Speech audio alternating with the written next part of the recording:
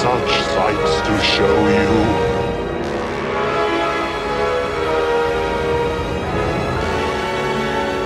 You are all going to die tonight. This is bad comedy. That's it, man. Game over, man. It's game over. Good evening, my sweet tortured souls, and welcome back to another episode of Hun Ya Geek is Showing. Now, as you can see, the random man has randomly disappeared. Stepping into his shoes to co-host this episode is my friend from beyond the void. If you know, you know. Mr. Jimmy Lee. How are you doing today, honey? I'm all right. I'm not doing too badly. Good, Bit good. tired. Tired, aren't we freaking all? So, without further ado, we'll rattle on with this episode. And we're going to go straight into the shout outs, the part that everybody loves because you get to hear your name in a video. Don't lie, it's the truth. Yeah. Starting with a comment from my friend Sue. We all know who that is by now. He loves singing. Keep it up, guy. You do make me laugh. Oh, wow. You nearly skipped my comment. Been hearing about that all week. I apologize. I do apologize. Yes, we are happy. Love the episode. See you on the next one. Well, you'll see me. You won't see Guy. Because not unless Guy's lost weight and suddenly wearing glasses. From random man to skinny man. He just works out a lot. Our next comment is from the man, the myth, the beard, the ginger one, Mr. JK47, JK, the ginger ninja. And he says, X-Men 97, bring it on. Can't wait. I do have one thing to say about that. I said in the previous episode, Guy asked me when it was airing. I thought it was the 29th at the end of the month. It's not. Episode 1, I think it's episode 1 and 2, drop on the 20th of March. Just to clear up some confusion I may have caused in last episode. Apologize. Also says, can't wait. Oh, yeah, and also shorter comment this week. I missed that first line. I'm sorry. I just saw X-Men 97. My brain was like, Yeah. like a tentacle at a hentai party. I was instantly drawn to it. What platforms are actually showing up? Disney Plus. It is a continuation of the original 90s cartoon. It picks up where the last episode of that series actually left off. So it's going to be interesting to see. And from my understanding, they've got back the vast majority of the voice cast, not all of them, because unfortunately the voice for the original actor who did the voice of Cyclops unfortunately passed away. So obviously he can't come back. From what I've seen in the trailer, it looks like Jubilee might have a different voice actress, but I'm not. It's such a blink and you miss it kind of moment. Like, unless you're really listening, you're not going to tell. But Cal Dodd is back as Wolverine. Lenore Zan is back as Rogue, which, I mean, that voice alone set many teenage heart aflutter, I'm sure. Oh, and here we go. Also, the Crow trailer is dropping tomorrow. This comment was made 3 days ago, so before the remake. We're not going to touch on that. That's going to get its own thing when it comes out. That's going to get its own episode, I think. I'm very looking forward to that one. JK says here, hope you will share your thoughts on it in the next video. Not in this one, because I've not actually watched it as of yet, but I've seen little kind of brief little snippets as I'm flicking through TikTok and social media, and I don't know what to make of what I've seen so far, but I will watch the trailer and I will let you know week after this one. And Cracking Mothers David. Joyce Summers was a MILF. Yeah, I'm not gonna lie. Buffy's mom had it going on. And Comment. and no mention of Stifler's mother. Do you know what? That No, one did come up in conversation, and we were like, I don't think we should push that one. Stifler's mom. And Guy It's did actually you can explain Guy to did it. actually respond to that comment saying, Stifler's mum has got it going on. Of course. Of course, because the reference, come on. Yeah. And that is it for the shout out. So we're going to throw it over to, as Guy would normally say at this point, that question asked since the dawn of time. What have you been watching, mate? Well, what do you want the list of? Do you want the list of Just child just within the TV? last just within the last 7 days. We don't need your whole life story. Well, that is mostly child's television, mostly The Star in the Whale, The Gruffalo, things like that. Octonauts on another repeat. But as for adult TV, I didn't comment on the last few videos, but I've been watching Hun Ya Geek is showing. I will get Uh, a pineapple. there's the Express. Guy's been threatened with a pineapple. Don't you think you are exempt? I'm not going to say. I'm not. I know I'm not exception from that. What else have I watched? I managed to watch the last episode of Stranger Things again for some obvious reasons. It's incredibly long, obviously, That's what they but we all can talk say. about that perhaps later. That's what they And all say. well, I managed to watch a nice documentary, and unfortunately, it is definitely on the list, and I'm going to be getting spanked here. I am going to watch The Boys because ever since it got mentioned, my YouTube, the algorithm, I think they're listening. The algorithm, it just keeps. I told you I just finished season 3 of The Boy, but I say just couple of about a week or two ago, I finished season 3, and I was like, it just keeps getting better. The hooks are there. Like there's things that are sort of said in passing and in mention, but they never come up. And Yeah, you're always like kind of going, what's that all about? What? yeah. And It's like I know you love a good mystery. So there's I one do. character in it that when it's kind of revealed he holds something over someone, you're there like, what Um, could this little dude, what could this little human have against this superhero that makes him fear him so goddamn much? Like, it's clawing at my brain every night when I'm trying to sleep. It's like, I wonder what that's about. I'm like, go away, go away, go away. I think Trust me, you'll love it. if I'm right, that a clip of that may have come up on my YouTube that I watched. It's a conversation between Homelander and I can only think of him because I've watched Breaking Bad so many times. It's the guy who plays Gus is Giancarlo Esposito, Yes, I think. Giancarlo Esposito, yeah. And again, he comes across as Phenomenal actor. very intimidating. Yeah, and it's that yeah, it just honestly Very, watch all 3 seasons, you will not regret it. The one thing I he's will very say is businesslike as well. if you or anyone you are watching it with happens to be a little bit on the squeamish side of things, maybe watch it on your own. This is probably why it's been on the watch list for I'll such a time. I'll sell it. Because I'll sell The Boys to you on here the same way Guy sold it to me on here. So it's kind of passing down the wisdom. It doesn't happen until season 3, so you've got to get there. But there's this guy who can shrink like Ant-Man, right? And he happens to be gay, has a male partner, and there's a bit where they're kissing and everything. And he says, I want you inside me. The guy shrinks right down and goes in the guy's anatomy. in his wee wee area. I'll use YouTube friendly language through his wee wee hole, and he's inside tickling, stimulating the guy.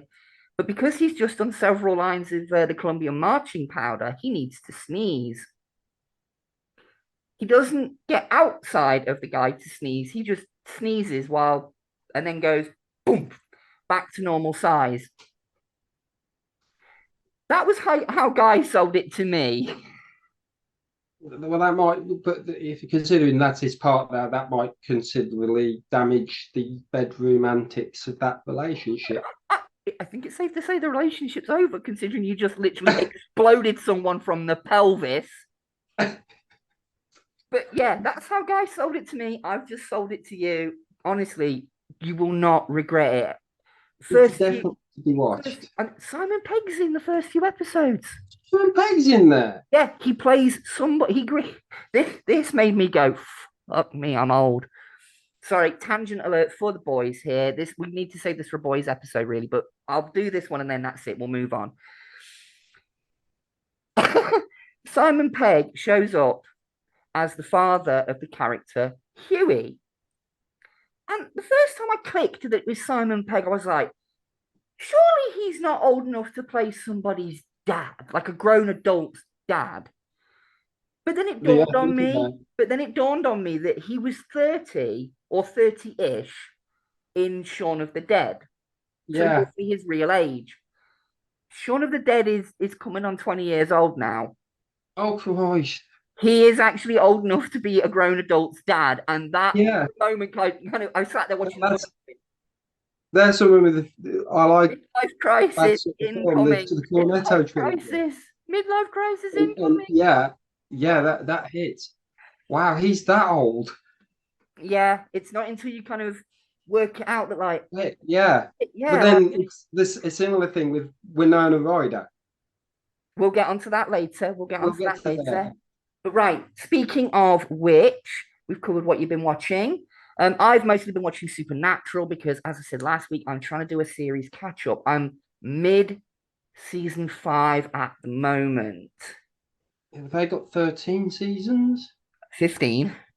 Oh, you Swifted. Oh. Yeah. See why that's the only thing I've been watching recently. Yeah, I can. Oh, Yeah, I was thinking and that. shout out to my Raven Rose. I know she's listening from the shadows. Thank you so much for your recommendation of Has Been Hotel. Nifty is my motherfucking spirit animal, and I love it. That's the other thing I have been watching. Has Been Hotel Thank you and a little bit for of that Hell of a one. Boss. But right, moving swiftly on, doing this episode, 2 reasons. One, Guy's gigging.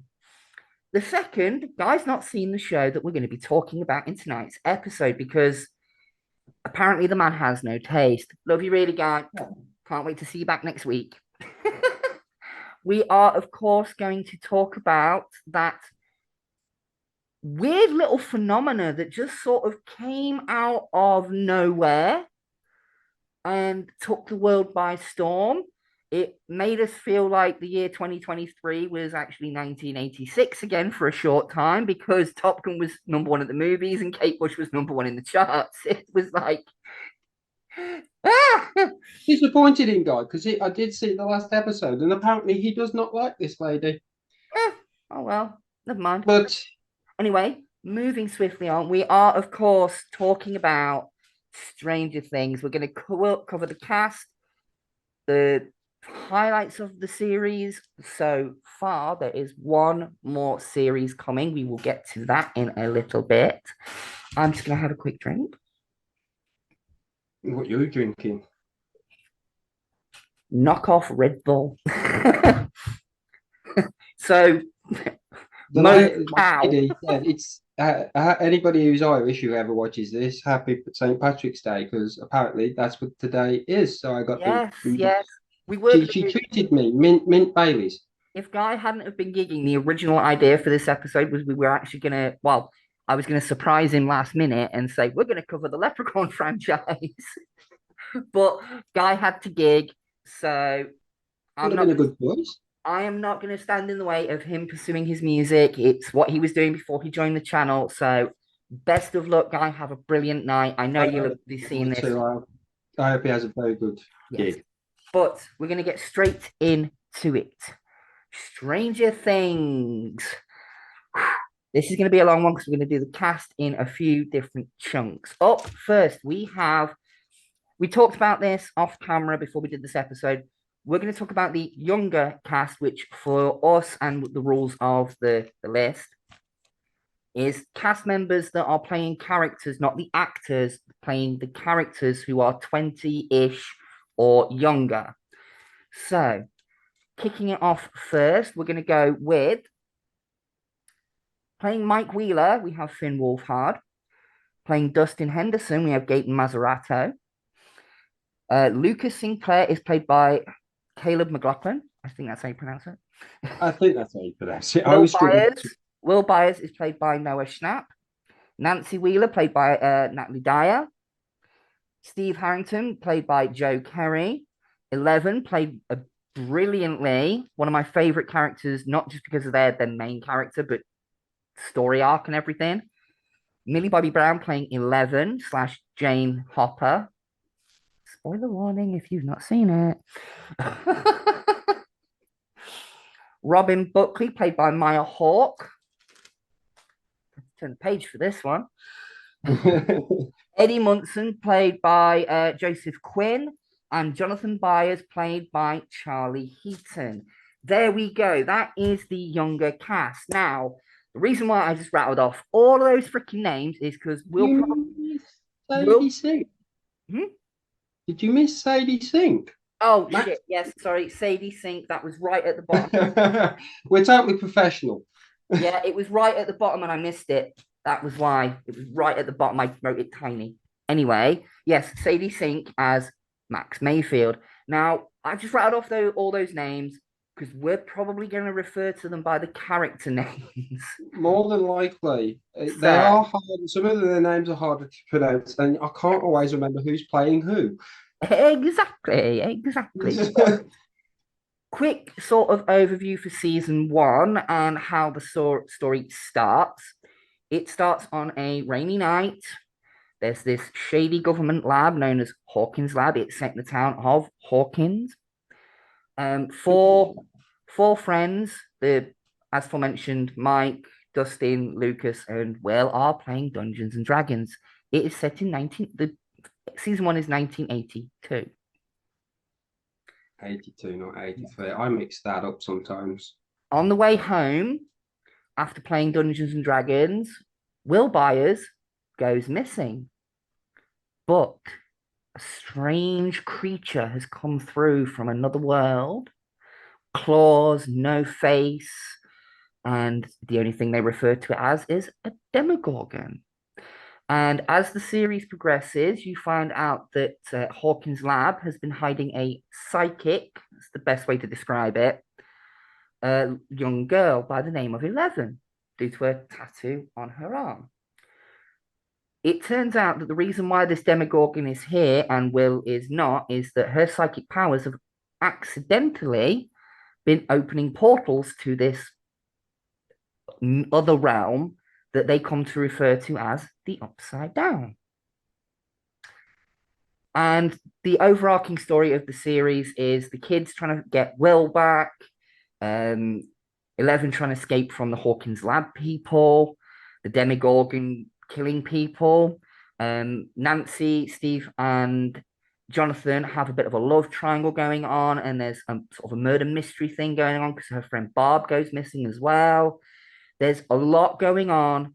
It is a slow burn. Season 1 specifically is a hell of a slow burn. Very much so. It's not until about episode 5 that it really kind of gets into its groove. You have to give it time. And yeah, so that's the basic premise of season 1. There are adult characters mixed in there as well. Winona Ryder's character of Joyce Byers is there. And obviously the town chief. Yes, there's the town chief, Jim Hopper, played by David Harbour, but we'll get into those in a little bit later on. Yes. Because season 1, we talked about this off camera. Season 1 is definitely, the focus is more on the kids' story. You know, the stuff with Joyce, the stuff with Joyce and Jim Hopper is just there because he's the chief of police, he's doing his job. And he's going up against more of the Hawkins Lab kind of side of things of it. Joyce is there to sort of more propel the story of getting Will back. So, yeah. What are your thoughts on the first season then, Mr. Jimmy? Funnily enough, because I know we get it mentioned later anyway, but I'll mention it now. One of my favourite episodes is The Vanishing of Will Byers, the first episode. Because literally, it seems like it's just a normal sort of drama to start with, and then very quickly strange things do happen. Literally, that's kind of where the name comes from. I think the Duffer Brothers writers and creators of this wonderful show. They have written, directed. There's been loads of other writers in there as well. But if it wasn't for these guys, it wouldn't exist. Yeah, But again, it's like it was got- originally called Montauk, but I can get into that later. but you've got to think that the Duffer Brothers at some point went by that expression. Oh well, stranger things have happened. Yeah, I honestly think that that's where the show name 100%. must have come from, because I don't think they ever say it in season one, but there's that heavy implication of like, a kid goes missing, 9 times out of 10, it's a, kidnapping, abduction, anything like that. And I think what if that one thing that you think might never happen, the strangest thing you could ever think happening, kids stepping literally into another world, that's the one thing that did actually happen. Stranger things have happened. And that's where I think the show gets its title from. And if that is the case, brilliant. I fucking love it. Yeah, go on, continue. You were saying your favorite episode on opener. Well, you like your props. I like practical effects. I like practical effects. It's when I was doing the lookup, they do actually use a lot more practical effects. For instance, the Demogorgon, they've actually got a proper Demogorgon. Yeah, they had a guy in a suit for certain shots. Yes, the guy in a suit for certain shots, and some of those shots are rather funny. Yeah, especially one of the later scenes in one of the later episodes. That's a season 4 episode. But the other thing, Will Byers, because obviously he has that body turn up. That's an actual replication of of the actor. Yes, I know. I watched. That's in. They actually showed his mother. Yeah, there is we will mention there is a compendium to the first. Is it 2 seasons? I think so. I think it's just the first 2 seasons on Netflix called Beyond Stranger Things, and that's where a lot of our information will have come from. The rest of it is search from online resources. Same spiel as everyone does on YouTube, like it's from here, and a little bit over here. But yeah, season 1 for me, like you said, that season opener was an absolute perfect way to kick it off. Because like you said, it's not until the very end of that episode that you're like, wait a minute, what's going on? This isn't a drama. This isn't a kid goes missing in the woods, gets found like years. This is like, if you've never seen it, like if you've never heard anything about it, you are pulled in thinking it's some sort of crime drama. But then those last few scenes where you see the vines and stuff growing everywhere, it's like, wait a minute. And there's actually a lightning shot in the dark, and most people assume that is the Demogorgon that is looking at the characters. I can't remember the exact scene who's in the picture frame, but they think that's the Demogorgon. But there are, and I've come across it, there's internet theories that might not be the Demogorgon, that might have actually been Vecna. Yeah, we'll talk about later. I will get into this when we get to season 4, because as much as I love season 4, there is one thing I need to say about it, and it may be a bit of a Jimmy-styled rant. You have been warned. Yes, you have been warned. You have been warned. But yeah, although there is plot with the adults going on in the first season, it is definitely more focused on the kids. I mean, they spend a long time and multiple episodes setting up the bullies. The kids that are bullying Will and all of them, not because they're trying to find. It just that reminded me so much of my youth. I was like, I've been there. I know what that feels like. The parenting style. That's the other thing about the adult cast coming in later, and it's focused on the kids. I think it's because of the modern day parenting style to 80s parenting style differs vastly, and I think they've incorporated that. I mean, if I came home alive, my parents were obviously happy. I mean, if they asked me, what have you done today? I have infiltrated a Russian spy base. Are they going to believe you? Exactly. They're not going to believe you. I must admit, that is one thing that gets me. That is one thing that really gets me about the show. How the parents seem kind of oblivious. Especially the Whaler's father. He's definitely that. in season I 4. don't, I can't Like, remember I the actor, swear, it's but the I mean Russian. that actor. He does a great part, but it is a proper bit part because Yeah. he is just always seen Well, good supporting classically cast. in the chair reading a newspaper or making a comment about the news. Yeah, and I mean that's just goes to show that Stranger Things does have a good supporting cast as well. It's not just the people in the main roles that are really good; it's the supporting cast. One of my favorites of the show is Nancy and Mike's mom. You Yeah, know that character for as little screen time as they have, and I love it how each season her hairstyle is just that just yeah, louder and stereotype louder.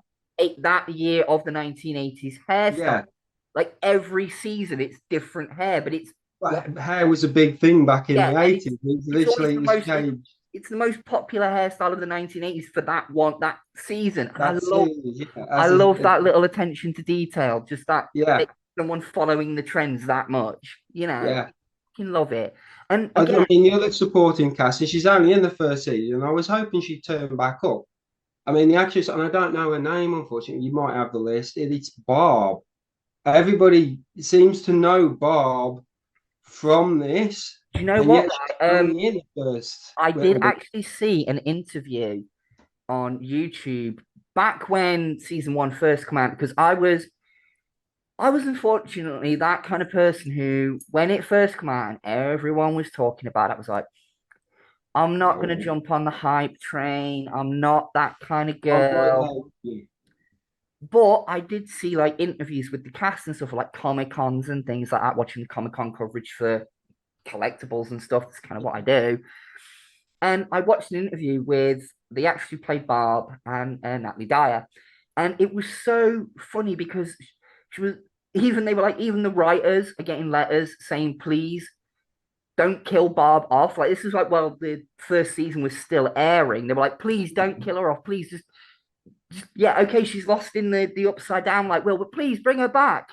And there was petitions online and all sorts of stuff Yeah, like save Barb and justice for Barb and things like that. And I'm like, people sure do get worked up about a fucking TV show. But after watching it, yeah, there was a part of me all through season 1, like, come on, please.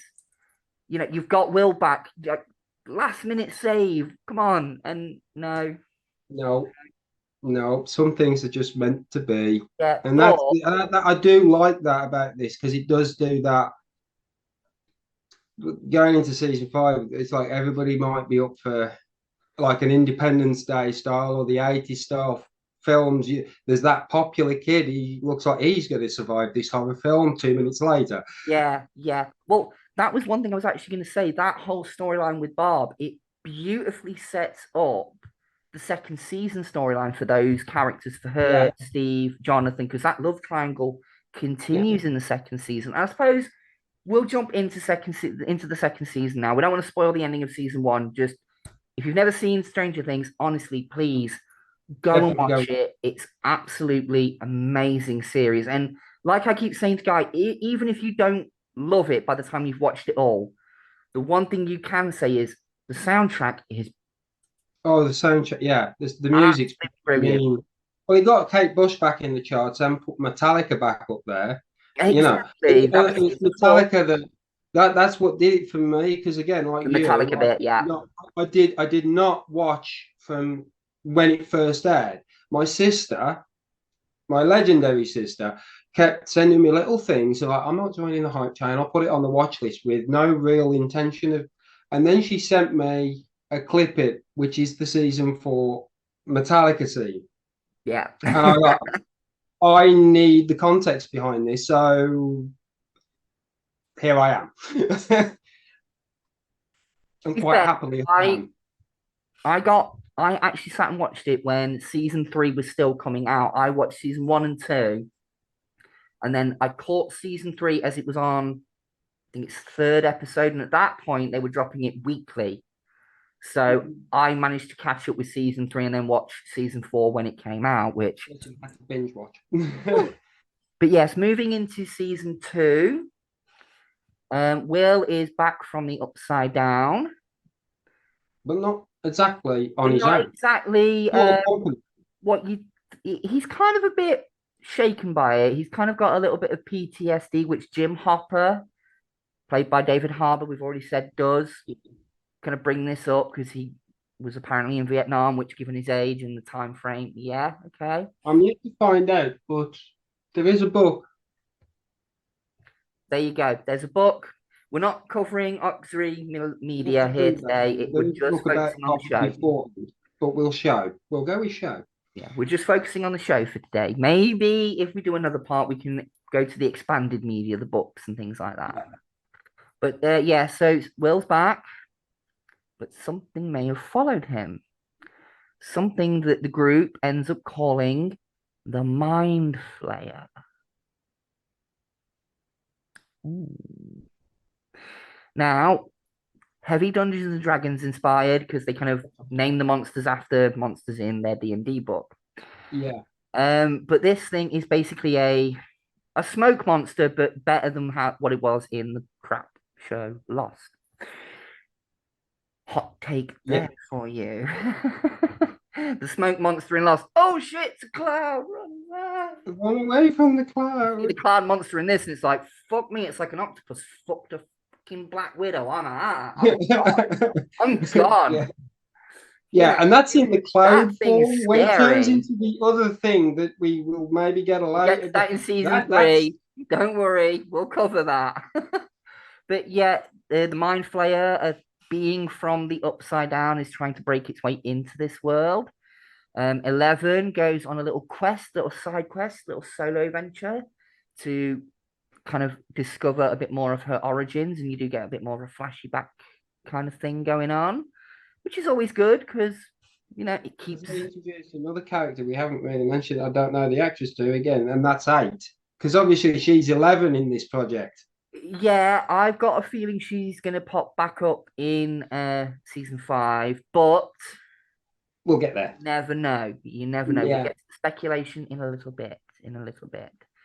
But yeah, so season 2 introduces new characters in the form of Max Mayfield and her stepbrother Billy, which Billy introduced to rock you like a hurricane, wearing the tightest jeans I have ever seen, and I just want to chew on that ass for that 20 was minutes. good. You ought to have seen his audition that they got. He is wearing very little in the way of clothing and dancing to Come On Eileen. Probably, but I know him more from his starring role as Jason the Red Ranger in the 2017 Power Rangers movie. A little bit of trivia for you there if you didn't know it. But yeah, the introduction of his character, he's basically Evil Steve is the way I jokingly refer to him sometimes. He's like the anti-Steve. yeah. I think because originally Steve was meant to be the biggest ever. And yeah. From what I remember hearing on Beyond Stranger Things, they originally wrote him as the douchey boy ex-boyfriend. Yeah. But they liked his performances so much that they actually changed changed his character kind of mid-script. They did very well with that choice, I feel. I think it was it felt a little jarring, the fact that he went from punching having that big fight with Jonathan where Jonathan fucking wailed on him, really. Yeah. Then all of a sudden being really apologetic, I was like, okay, maybe the fist to the face is giving him that moment of clarity, and he's like, I need to sort this out. I need to put this right. I think he mentions it in season 4 again, a little conversation where he said he learned how to crawl backwards, and it weren't until he had a big enough bump that he started to crawl forwards. Exactly, and I think that's kind of what it's a reference to. But yeah, I do like the way they changed the character out because they liked the actor's performance, and they.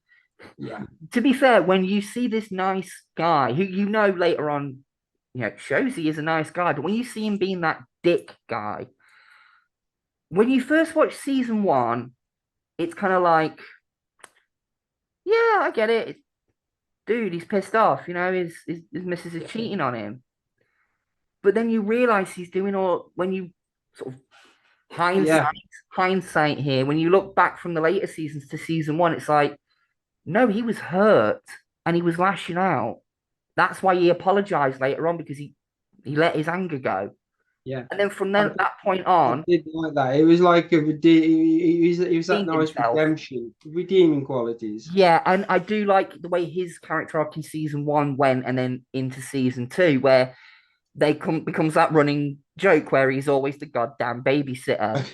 I mean, the meme on that is brilliant. I know, but you've got to look at Brilliant. the fact that they leaned into that hard. Lean hard into it. Just go with it. You are. He's Yeah, always in it. There seems to be always that situation. He's the one left with the kids. yeah. It reminds me almost of like the new version of John McClane in the Die Hard Yeah. films. It's like, how can the same shit keep happening to the same guy? You know, I it's think very much he's like, got I'm a always line the of a similar babysitter. nature. I think he's got a line of a. How do I always end up with the kids? Yeah, yeah. But season two does also expand on the roles of Joyce Byers and Jim Yep. Hopper. They have a lot more screen time. And it introduces Murray. It introduces Murray and Bob Newby, superhero. Bob. Which well, John Aston. we know how that ends for poor old Bob Newby. Poor He old, asked for. poor Sean old apparently asked for. Samwise. Poor old Samwise, because he was played by Sean Astin. I mean, God bless you. Yeah, Samwise Gamgee. Or he's the goon, isn't he? He's the truffle. No, he wasn't Truffle. He wasn't Chunk. He was the lead guy with asthma. He was actually Yes, brace. Was it Mike? I think it may have been I Mike. think so. Yeah, I know he was in the Goonies. Yes, he was in the game. It's been a long time, Yeah, and I he played can't. Samwise Gamgee in Lord of the Rings as well. That's why I'm referencing it. But yeah, season two is just as good as season one, if not better. Shout out here for my man Paul Reiser, who I loved as Carter Burke in Aliens, playing Dr. Sam Owens in season two onwards. He, do you know what, right? He's one of those actors that, because of my experience watching him in Aliens, I expected him from the very get go. I was like, he's coming across too nice. He's going to be that slimy bastard that by the end of the series, you're going to hope gets killed. Turns out, and I was pleasantly surprised, he's not actually. He's one of the good guys in this, all the way through To be the other way around. yeah. And that, we've talked about this in different contexts, obviously, but we've talked about seeing actors playing almost against type. And I love that with Paul Reiser. You expect him to be the slime ball. He's just talking nice to get people to do what he wants.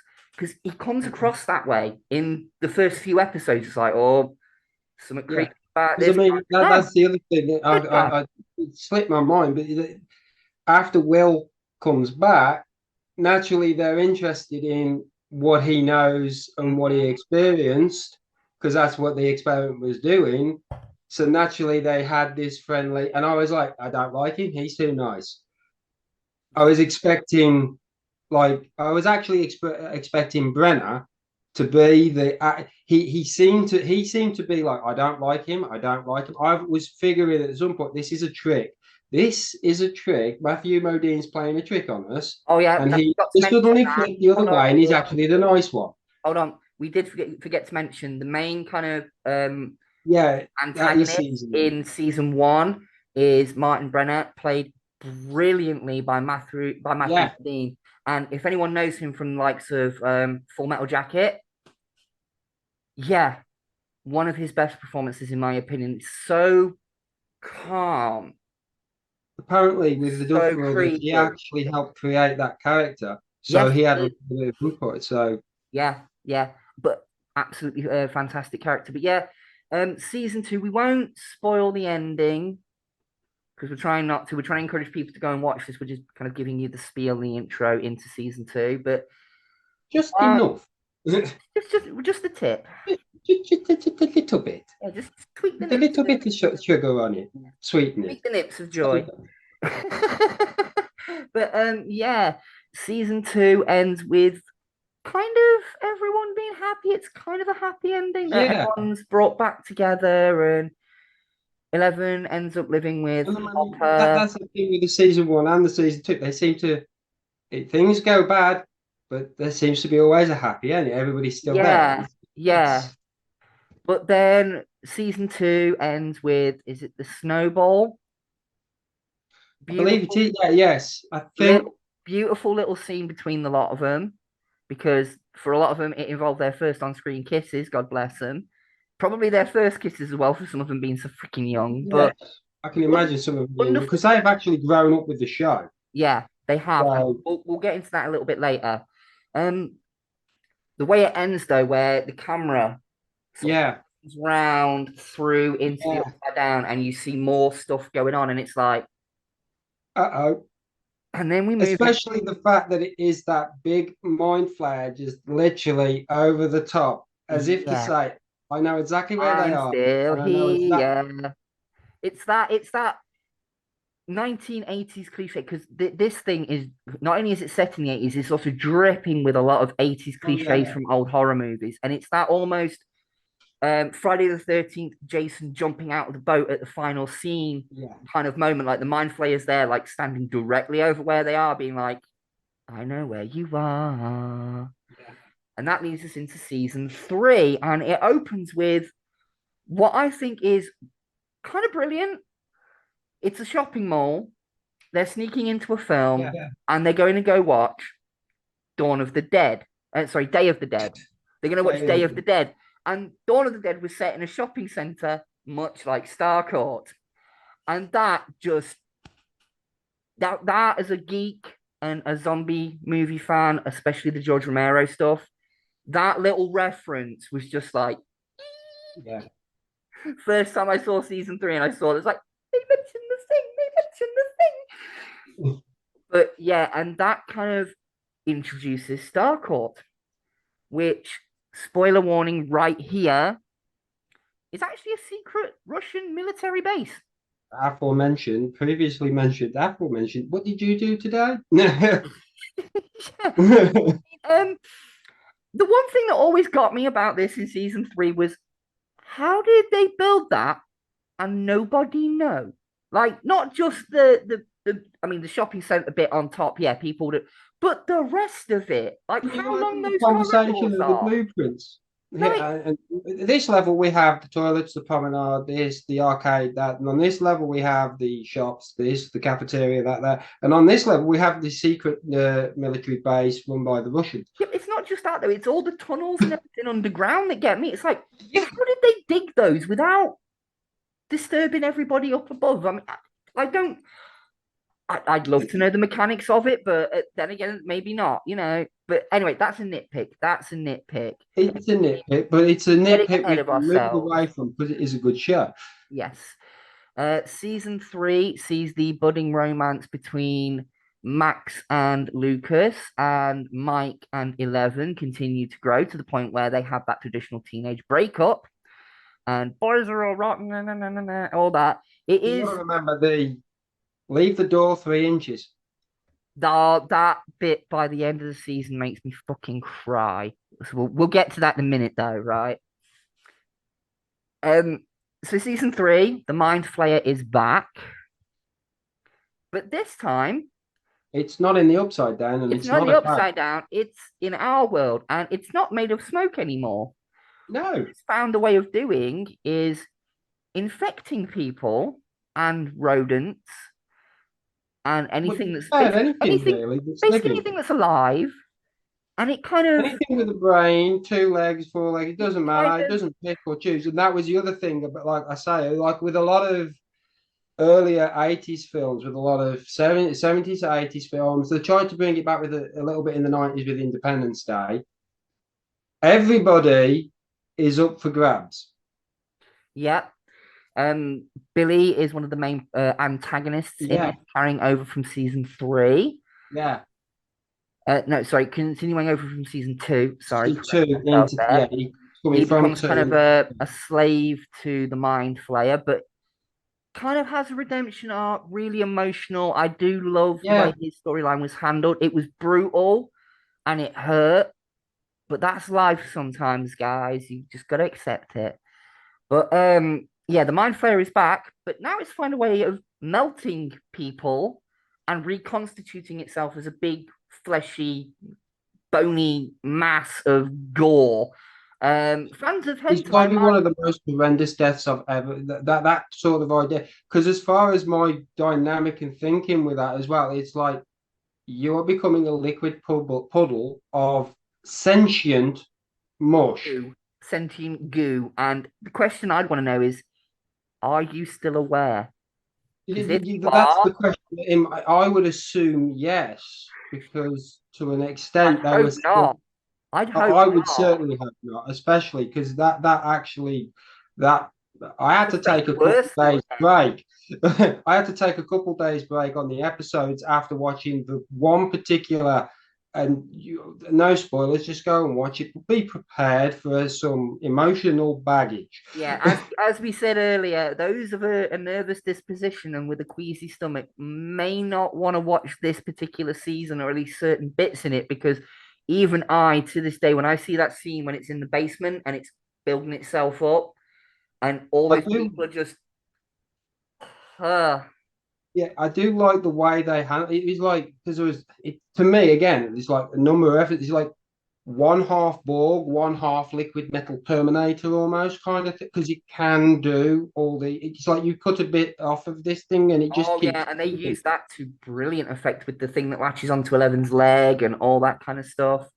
Yeah, storyline arcs with the characters. The kids kind of do their own thing, but the parents do actually have more to do in this one because It seemed obviously, more of a wear. yeah, Hopper and Joyce are joined by a Russian defector by the name of Alexei. Oh Another character taken from us too soon. yeah, He bonds just with as Murray. Alexa.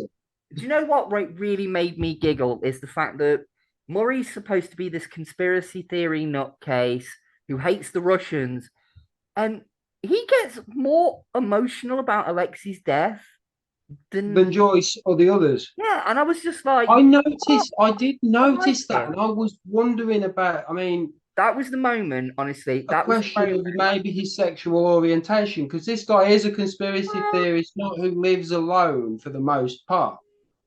that's up for Maybe he debate. sees people in a different light. I don't know. That's up for debate. But for me, that was the scene that made me love his character. I liked his character Yeah, for his humor, like the bit where Nancy and Jonathan stay with him and finally give in to their urges.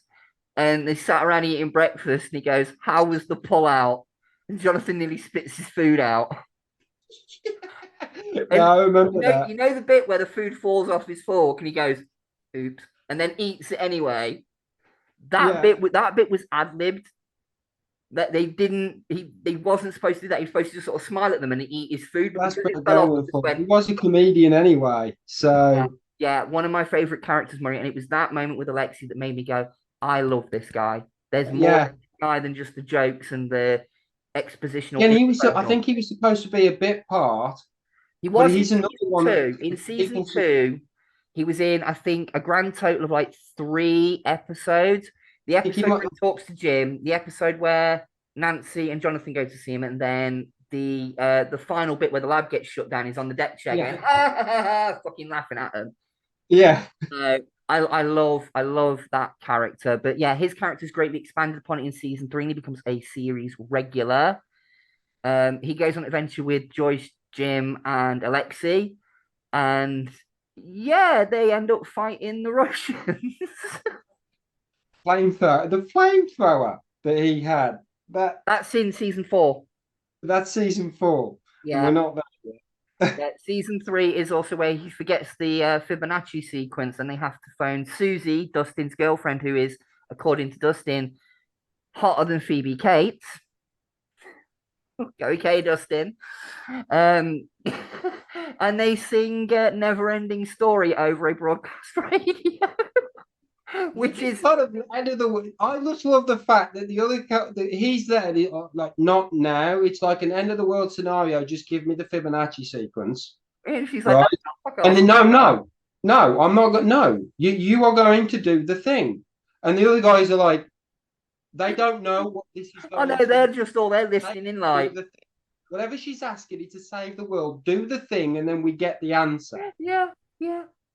And so the thing happens to be never ending story. I had to. I was up late watching that night. I had to contain my laughter.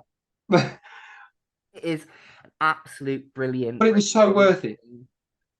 And the ribbon he gets after Yeah, from Lucas, Lucas and Sleeps Max. Maxine. Yeah, they're both there singing it. It's like, come on, just one verse. And he's like, no. No, no. Right, that will move us on to series 4. We get the introduction of a new character, Eddie Munson, who at this point is literally like, poof. He's the baby Grogu of Stranger Things. He was the reason a lot of people watched season 4, purely for that Metallica bit you were on about earlier. We'll get to that in a minute. Now, I'm going to go on my rant here. So sit back, drink a cuppa, get comfortable. We might be here Okay. for a little while. Do not interrupt me on this one. Just let me go. I'll tell you when I'm done. Right. Without giving spoilers for the end of season 3, I think season 3 ended perfectly where they could have just left it at that. Right? This is my big complaint about season 4. I feel a lot of it was unnecessary. The flashbacks and going inside of Eleven's memories to go to a suppressed memory. I felt that I don't want to shit on the Duffel Brothers because I love their work, but for me, it felt like a retcon, but not a very good one because it's like, well, hold on. If there was all these other subjects, right? How did number 8 get out? Like it was pretty much shown that all other test subjects at that point were so by Vecna slash Henry slash One. Oh, his actor, I love his actor. We'll get to that in a little bit. But I just feel that a lot of it with the 11 flashbacks was a lot of retconning that didn't really need doing. And if they just left season 3 where it was, we could have had a nice little bittersweet ending because certain characters were gone and other stuff had happened. But Joyce and Nanlot had left for California, and you could have ended it there. Could have ended it there. So, as much as I feel that season 3 was a little bit unnecessarily, a little bit unnecessary in terms of narrative, as in you didn't need to tell this story. I'm fucking glad that they did because this is hands down one of the best seasons. But that comes at a cost. Also, one of the longest, with the final episode being, what is it, 2.5, 3 hours? I started watching that the other day at 8 o'clock and I was finished somewhere around 10:30, technically, Yeah. although I did take it. I actually, this time, without being mean, I took a break for a little bit of time. So I got into bed a bit later, but it was like I took a break right after the Metallica thing because that comes in at about the hour. That's about a halfway mark. No, wait. No, the Metallica bit is about half an hour from the ending. No. The Metallica bit's quite far into it. No, that's about the midpoint of the actual length of the episode. I'd And I did. I'd have to double check. I did rewatch these, but I rewatched them before watching Supernatural, so everything's not crystal clear. But anyway, that final episode, and I've said this before when I've been selling it to people before. Yeah, this is the best season. You've got the most action, you've got the most comedy, you've got the most character development and growth. Yeah, But absolutely. I think they spread things a little thin because you've got Mike, Will, Jonathan, and the new character Argyle traveling across the country to find 11. One pass. You've got people in Russia. You've got people back in Hawking. You've got stuff going on all over the It's place. literally, and it's literally they're all coming in from different. Yeah. You're wondering, the other thing is you're wondering, well, how do they even get to the end part where they're actually all going to be part of the. Exactly. So I do feel that as good as season 4 is, and it's narratively wise, it's one of the better ones because there's so much going on and there's so much to sink your teeth into and so much to pick apart. You do have to take long breaks between the episodes though, because you watch 2 episodes back to back, you're looking at 3 hours. Yeah, I think I think it starts. I think the first few, like most of the series, because this is something that started in season 3 as well. I noticed it, but to a lesser extent, because season threes, most of them are 45 minutes long, and then you get the last couple, and they're about an hour 20 at tops. So Yeah, they're not they're watchable, they're doable in a night. But then you get to season 4, and I think that it's suffering that problem that it's it's literally like you say, the last episode was it's a freaking movie. yeah, It it is a really movie. is. It It really isn't a length of a movie. yeah. And yeah, that is a bit of a problem for somebody who just wants to watch it casually. You Yeah, I know, mean, I've talked about this do the before. classic thing of one episode and done. Yeah, I've talked about this with Guy before, and I even said, mentioning Stranger Things, I think the final episode, rather than make it one big long episode, make it a movie, Mm. break it up into chunks. But then I came to the realization after saying this, I was like, well, hold on. Back in the day, when even TV shows like Power Rangers, of all things, were Mhm. doing 4-parter, 6-parter episodes, Yeah, if you put them all together as one long episode, it would be about 2.5, 3 hours long. yeah, So, although it's a complaint that, yeah, that final episode is so goddamn long, you might need to take a break at the midpoint. I think it would have been better for the Duffer Brothers, and they tried to keep this like 9 episodes per season kind of thing. And I get it; it's part of their thing. I get it, right? But at the same that time, I can last episode understand. that last episode should have been cut in half and done as a 2-parter and just pushed up. I remember when I was looking through season 4, actually took double the length of any of the previous seasons to To be film. fair, a lot of that And to was be fair, it was in impacted. 2020. Yeah, I was gonna say, that is one thing I will give season 4 a little bit of a leeway for is that production was slowed to a crawl because Yeah. of the pandemic, which we can't complain about that. Everyone was in the same situation, you know. But I do hope that season 5 kind of learns from season 4's mistake and keeps tight, focused storyline, keeps the episodes to. I wouldn't even mind if each episode was an hour and a half. Yeah. You I know, mean, that's if the last doable for few, me. I'd say do the hour and a half and do the last few as an hour and a half. Keep the others, maybe do the first sort of 2, 3 at 45, the next couple, and now and building it up. We're getting into speculation here. We're getting into Yeah, yeah. speculation here. Right. But to quickly cover the overview of season 4, the rough storyline, um, 11 has lost her powers. She's moved to California. And while she's having adventures out there with Mike, who is visiting for the summer, back in Hawkins, someone's doing some killings, but they're not sure who. All they know is that these bodies are found all crumpled and twisted with their eyes sucked out. They're not sure what. Yeah, they're not sure who or what. It is found out later on down the line that although 11 is, as we say, number 11 in the Hawkins lab project, there was one called One. One, because everything One, starts with one. exactly. The one who Unless it's started it zero, all. technically. Anyway, the one who started it all. Turns out that this character, through events of the story, so I can't say too much because it is slightly spoilerish. The group referred to him as Vecna after a storyline that Eddie Munson did because Eddie Munson is a big D&D guy. He's taken Mike and Dustin under. One of the most powerful characters in all of D&D. Oh yeah, he's a bard, and he wrote this campaign called Vecna's Curse. This guy has showed up. They at first think that he is a minion of the Mind Flayer, but that's not the case. Go and watch it if you want to find out more. And yeah, he's basically trying to rip open several portals into our dimension so that the upside down can invade the right side up, I guess you could call our dimension. If that's the upside down, then we're the right side up. Is that the case? Am I doing my geometry wrong I know. there?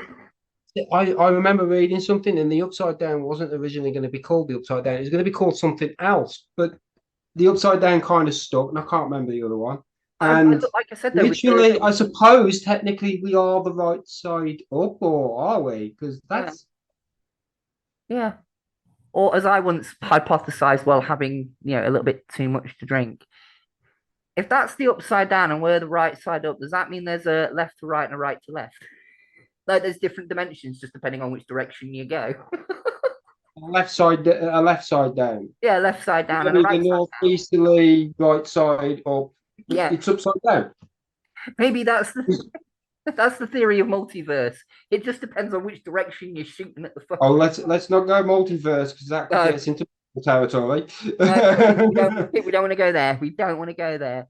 But yeah, Vecna is coming. He's gonna attack Hawkins. He's breaking into our world via Hawkins, and the whole overarching thing with all the characters we said earlier, here, there, and everywhere, is each thing that each group is doing in some way is Is fucking up important. Vecna's plan. It's like what is it? Even when they're split up into tiny little groups, there's an overarching whole. Yeah, as the expression goes, it's the whole is greater than the sum of its parts. Yes. Like each storyline is actually interconnected because when it all comes to a head, everything that each group has done has got to this moment. And it's a brilliant season. They left it on an absolute belter of a fucking cliffhanger.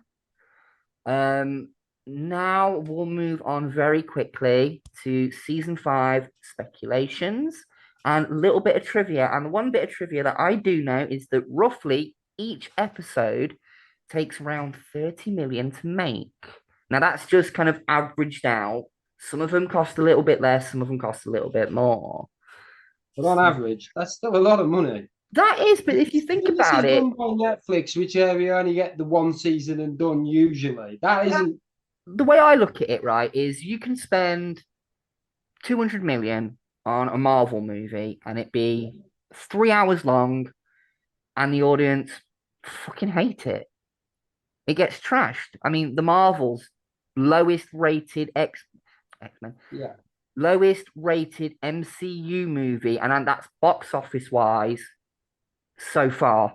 Like it's the worst one of all the Marvel films that have come out so far. Now I'm saying maybe take a break.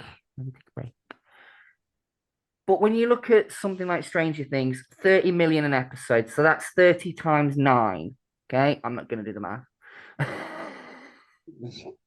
I was going to try, but that's a bit too. Well, I mean, if you times it by 10, it'd be 300 million. So call it about 250 million.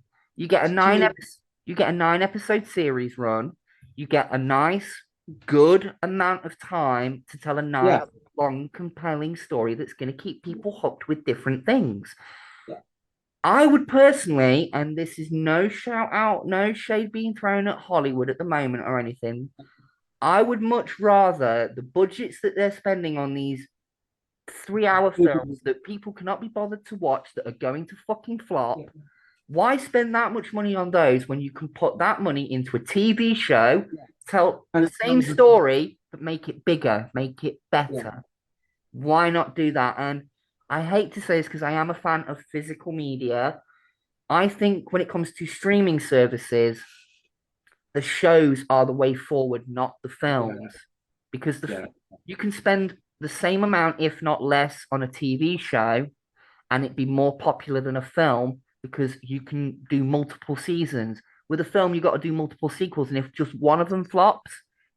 Yeah, it's almost as if you could do that. I think they do that with anime. If they have to, the Japanese do that with anime. It's like you get a season, maybe 2, and if the thing's doing really well, then you'll get like 2 seasons, and then you'll get a part where it's actually a film length, and then you'll get a season 3, a season 4, and then maybe another. So you could do it that way. So it's like, My Hero Academia. You saying that My Hero Tangent, people. My Hero Academia is a perfect example of that. You've got the first 2 seasons, then you've got a film, which is only about an hour and 10 minutes long. Then you've got season 4 and 5. Then you got another film. Then you got season 6. Then you got another film, and they all interconnect. Now, Yeah. I'd be fine with a TV show doing something like that, where they do a season and a bit, and if it's going to get cancelled and they want to wrap up the storylines, use that budget, make a movie, wrap everything up, let us go. Serenity. You have to go and Sorry, we will stop the tangent right there. Get back on course. Stranger Things. Firefly. I love that series. I know we may do an episode on that, but I love season Firefly, and 5 they did one season, and everything else is comic books now, folks. right? So in that particular instance, the books are going to be better. Season 5 speculations right now. Season 5. Linda Hamilton is joining the cast, but in a non-specified role at the moment. In other words, she knows who she's playing. But nobody else knows who she's playing other than her, the Duffer Brothers, and anybody related to the particulars of Stranger Things. So they've been very tight on that one. I don't know if it was a reference when they pulled in the Conan the Barbarian sword at all, because that's obviously one of Arnie's first films. Yeah, I mean, maybe, and Arnie was in Terminator with Linda Hamilton. I don't know if that was a connection of a coincidence. I think if they don't have Linda Hamilton at least once say, "I'll be back." Oh, she's got to say something in reference. She's got to say something to reference. I'd like her to say something. The only thing I can see her, and maybe the Duffer Brothers are taking that little bit of what we talked about, and they're going to typecast her because she's usually playing a good girl. Character. Yeah, and she might play a. I've got a feeling. One, she played the damsel in distress. Two, she's sort of the mother, and then it's progressed from there. I can honestly going to put her as a bad girl. I can honestly hold on. I can honestly say that, given her past roles, and all that kind of stuff, I honestly think the military people that have been chasing 11 in season 4. Yeah.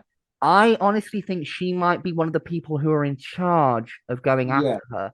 That's my theory on it. That's about where I'm at with it, because obviously, no spoilers, but Brenner is probably working underneath. Yeah, it's like a superior to him, because and I think you can see that with a couple of the earlier seasons where the military do start to come in. Yeah, that there's someone above Brenner and his team and the other doctors. They're not the ones. They're not the top guys in charge of that area. They're just in that particular. They've been doing as they've been told for the past how many ever years. That's not all of them are bad guys. That's what I'm thinking, that Linda Hamilton is someone who would have been above Brenner, like rank wise. That's my thought. Yeah, we could be completely wrong here. It would make some sense because of the go and watch season 4. You'll understand.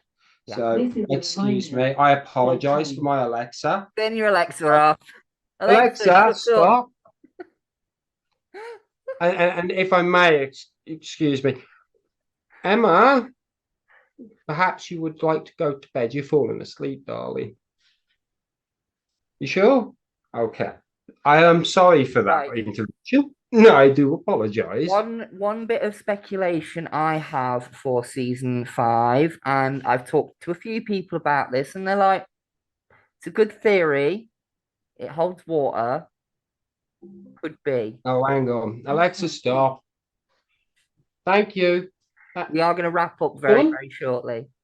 I'm really sorry. But yeah, season 5 speculation for me, and this is kind of one thing I'm going to drop, and then we'll start wrapping up. With all the talk of the character of Eddie Munson coming back, now there are theories out there, and you put this one up yourself, that because he's meant to be the bard, and if they stick to there's that many D&D references, and there's a couple of classes that can come back. Yeah, right. If they go with that, that to me feels a little bit flimsy. I think very much like how they brought Billy back for 4 as a vision inside Max's head. Yes. I've got a funny feeling that Vecna, because this is Vecna's MO, going to try and get inside Dustin's head, because Dustin, God bless him, Oh, he was in blames tears. himself for what happened with Eddie, Yeah, right? And I can honestly see Vecna trying to get to Dustin through that, yeah, right? because that's But the relationship between him and Steve and Dustin. yeah, but hold on. Spurred on by that, I have a feeling that Dustin is going to be one of the characters that's going to make a sacrifice like Eddie did to prove that Oh, he's, you know, that's my thought because we'll get into the Duffel.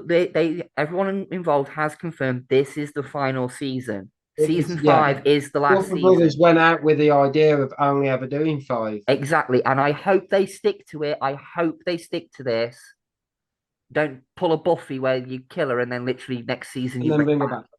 Yeah, But I honestly think that a lot of the characters are going to be up for the chopping block, if not all of them. with being the final season, that's the thing. It's like, Yeah. and I say anybody could be, So I anybody, honestly anybody think could be.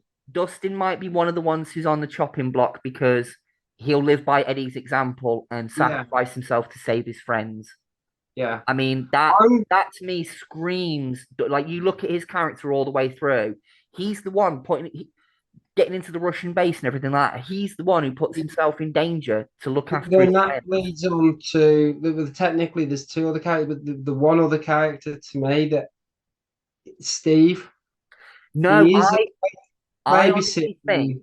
I honestly think you know how Maurice said in when Jonathan and Nancy first got together and he Yeah, mentioned like shared trauma when yeah, they did the scar on their hands thing. yeah, yeah, My personal thought is they're gonna circle back round to that shared trauma. yeah, Both of them are gonna be there, probably holding Jonathan in their arms while Jonathan's yeah, dying. And it's that yeah. That shared could, trauma that brings them back together. And yeah, it clears up that love triangle. And personally, yeah. I thought that in season four specifically, Jonathan was one of those characters that had the least to do. He was literally just kind of There. there for a lot of Yeah, season because it was four. mostly Winona Ryder Joyce putting the flyers and everything up, and he wasn't doing. He was doing his own thing a lot more. Yeah, he And was. then if you look at him in season four, he even gives Will a hug and apologizes for not being. I've either been working or high, and I haven't Both. really been. So But yeah, that is my speculation for season five. I honestly think that Dustin is going to be one of the ones to go. If that theory pans out, fuck, I'm going to start playing the lottery a bit more often. there's a fair few of them. I mean, it will be potentially like dropping like because these kids have been doing stuff like I say, smuggling themselves into a Russian base. You've had Winona Ryder flying away with Murray, who karate chopped somebody in a plane, and they end up in Russia I and told you coming what I was back. talking about. So they're all literally putting themselves in the that, face of danger. Quite that whole heavy. speech he does. That whole speech he does. My fists are like arrows. Fucking Murray. Yeah, it's brilliant that. I hope they But do. then I he hope actually goes and does makes it. it through. I hope he's one of the characters that makes it through.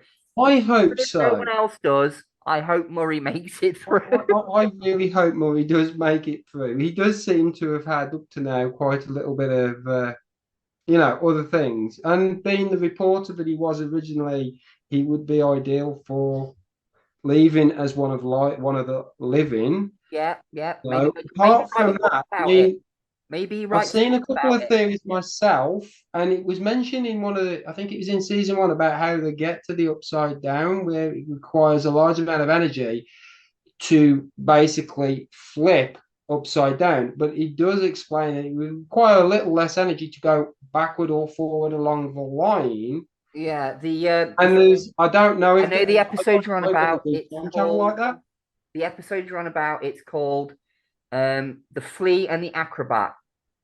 Yeah, Their teacher explains it to them that if this is one reality and this is the other, you can go across this way, no problem, which is our plane of existence. But to go here, you need a massive amount of energy to switch. Yeah, I yeah. remember the bit you're on about. Yes, but we're going to leave it on that because we've been recording for over an hour now. So Wow. We're going to leave it at that. We may return to the Stranger Things thing in a future episode because season 5, annoyingly, is not out until 2025. But I would like to think that between now and then, they've got enough time to make this season the best season out of all of them to wrap I up think this all the one. I think it storylines will go out and with bang. pardon. I think it will go out with rather the large bang. Oh yeah, and Both of them. I hope whoever survives to the end, I hope people have a happy ending, and I want to know what's going to happen with Max. That's the biggest question I have going into season 5 is Max going to be okay? We- I want to know that. I want to know that. yeah, I want to know if Max is good. I do. There's theories on that one as well because because it did the clock did chime Knocked your hat off. 4. I did. I noticed that. There's a couple of problems this end tonight, unfortunately. Yeah. I do apologize for them. But yeah, Max, I'm hoping there's a couple of theories, and that Well, she did technically die, but she didn't technically die. It's complicated. Go watch it. yeah, I just hope they don't do that typical thing that they did with a lot of 80s movies of just wave a magic wand at the end of it. Everyone's fine. Which Everyone's is back to one of the normal. theories I've heard about. I'm hoping this. Yeah, I'm hoping they don't do that. I mean, I could go on a theory about that one, but I'd rather not. I'd rather save that until we do another episode about this and we talk about it again because we will Yeah, at some point. But for tonight, we're gonna wrap things up. So that has been Stranger Things. If you feel like we've not spoiled it too much and you want to go and check it out, please feel free. It's on Netflix. Highly recommended. Brilliant acting, brilliant writing, brilliant special effects, soundtrack, everything. it's Rivals a different anything that thing. Hollywood's pooping out at the moment. So, but I have been Miss Violet Impulse. I've been You've Jim. been I've been Mr. Jimmy Lee. Jimmy Lee Clifford. Throwing it out there. Yeah. This has been Hun Ya Geek showing Stranger Things special. And remember, if you can't be good, be twisted. Don't get mad, baby. Get fucking sadistic. Mwah. Bye. Good night, everyone.